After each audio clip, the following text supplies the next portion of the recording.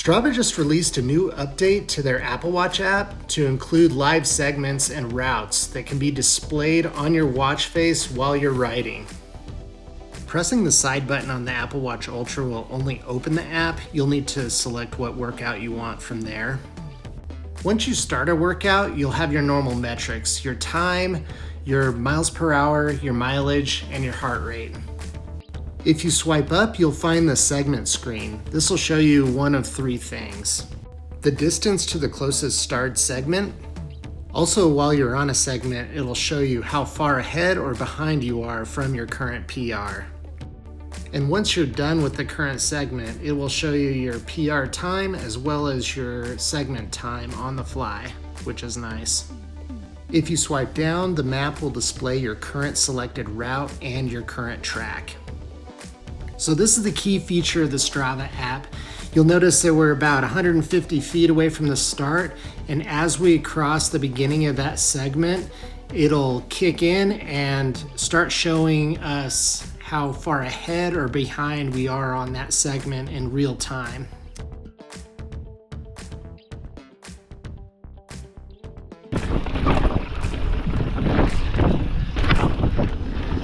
This is another start segment, so maybe it'll pick up on it. Strava didn't actually pick up on this segment, but this is an example of how it's supposed to work.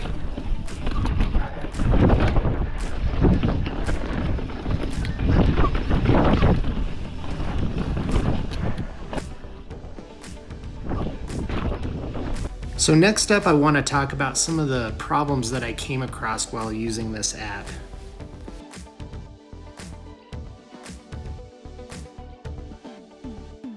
So if you have more than one smaller segment in a bigger segment or a route selected, the live segments feature will default to the longest one that you have starred in the Strava app.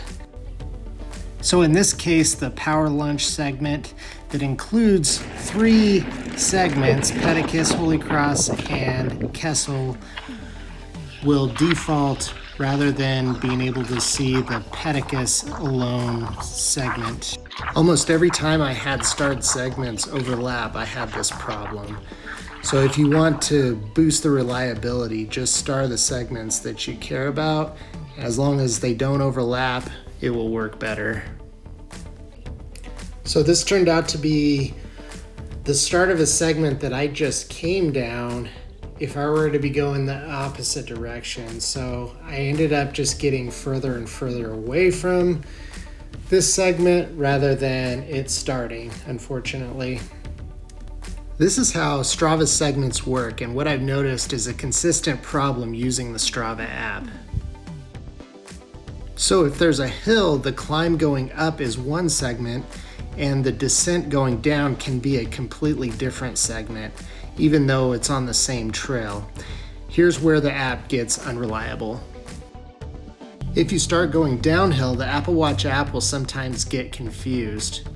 Even though you're already on the descent, Strava might still think you're trying to do the climb segment in the opposite direction. It'll say something like, the segment starts in 300 feet ahead, even though you're literally already riding it. I noticed that it favored the climb segments over the descent segments every time. I wasn't able to get any descent segments to work properly, even without segment overlap problems. The routes feature on Strava is really hard to figure out. After using this app, I realized how much I missed the Work Outdoors app. If you haven't tried it, it's hands down the best workout app out there, and the only one that truly competes with Garmin watches, especially with navigation.